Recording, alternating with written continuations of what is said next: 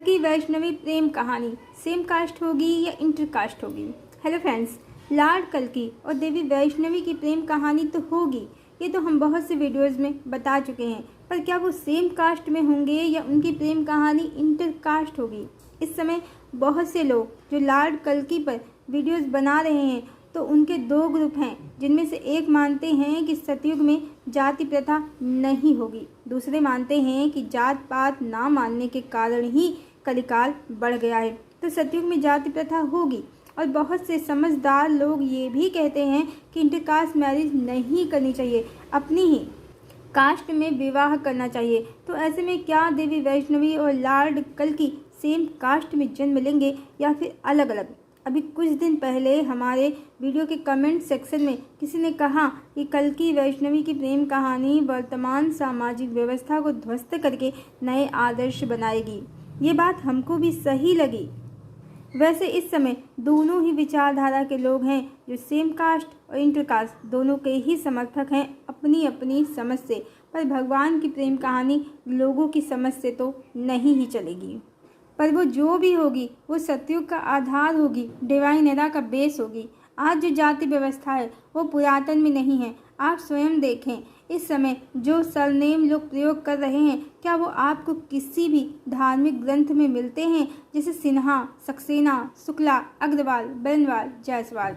इस समय जो जाति प्रथा है उसका वर्ण व्यवस्था से कोई लेना देना ही नहीं है। जातियां हजारों हैं और वर्ण 4 ही हैं, ब्राह्मण, क्षत्रिय, वैश्य और शूद्र। और ये भी श्लोक है धर्म ग्रंथों में, जन्मना जायते शूद्रा संस्कारात् भवेत् द्विजा। इसका अर्थ तो यही है कि कलिकाल में लोगों को वर्ण व्यवस्था का सही ज्ञान नहीं है। लोग जाति प्रथा को वर्ण व्यवस्था समझ रहे हैं, दोनों दो अलग अलग बात है।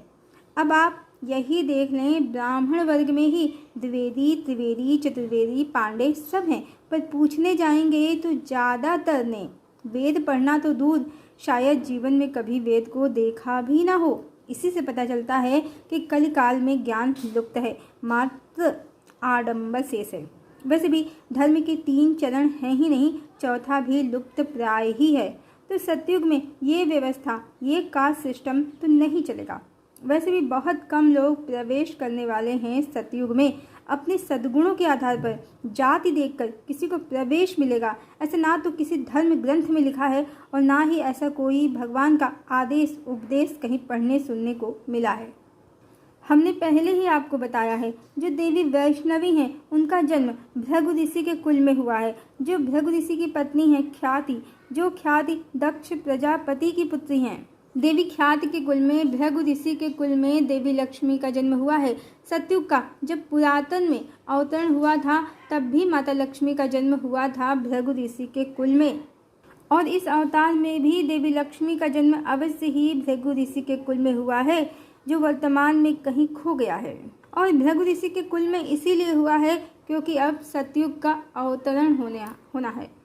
भृगु ऋषि वर्ण व्यवस्था के आधार पर ब्राह्मण हैं, क्षत्रिय नहीं हैं। इसमें एक रहस्य भी है, जो डिवाइन एरा के साथ, भृगु ऋषि के कुल के साथ डिवाइन एरा में प्रकट होने के साथ ही प्रकट हो जाएगा, जिसका प्रजापति दक्ष और आदिशक्ति सती और देवी सीता से भी गहरा संबंध होगा। सीता, देवी सीता राजर्षि जनक की पुत्री हैं। जनक वर्ण व्यवस्था के अनुसार राजर्षि हैं, क्षत्रिय भी और ब्राह्मण भी, या ऋषि भी, द्विज भी। तो देवी लक्ष्मी का जन्म इस अवतार में पुनः भृगु ऋषि के कुल में हुआ है, क्योंकि अब फिर से धरती पर सतयुग का अवतरण होना है। और जब सतयुग आएगा तो हम फिर से डिवाइन एरा में, ऋषि मुनियों के एरा में, चेतना जगत के रहस्य जहाँ ओपन होंगे उस एरा में प्रवेश करेंगे।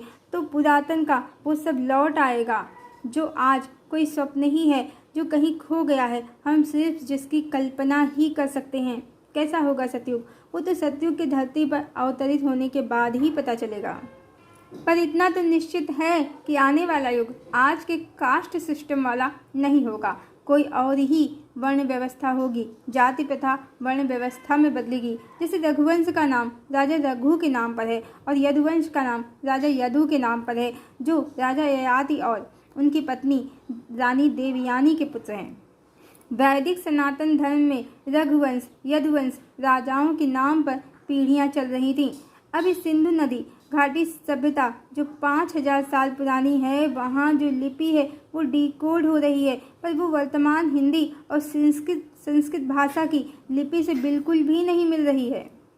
पर उसके शब्द जो हैं वो संस्कृत भाषा से मिल रहे हैं। जैसे शंकर, विष्णु, महामाया, आदिशक्ति, ये सभी शब्द उस लिपि में हैं, पर लेखन शैली वर्तमान हिंदी और संस्कृत जैसी नहीं है।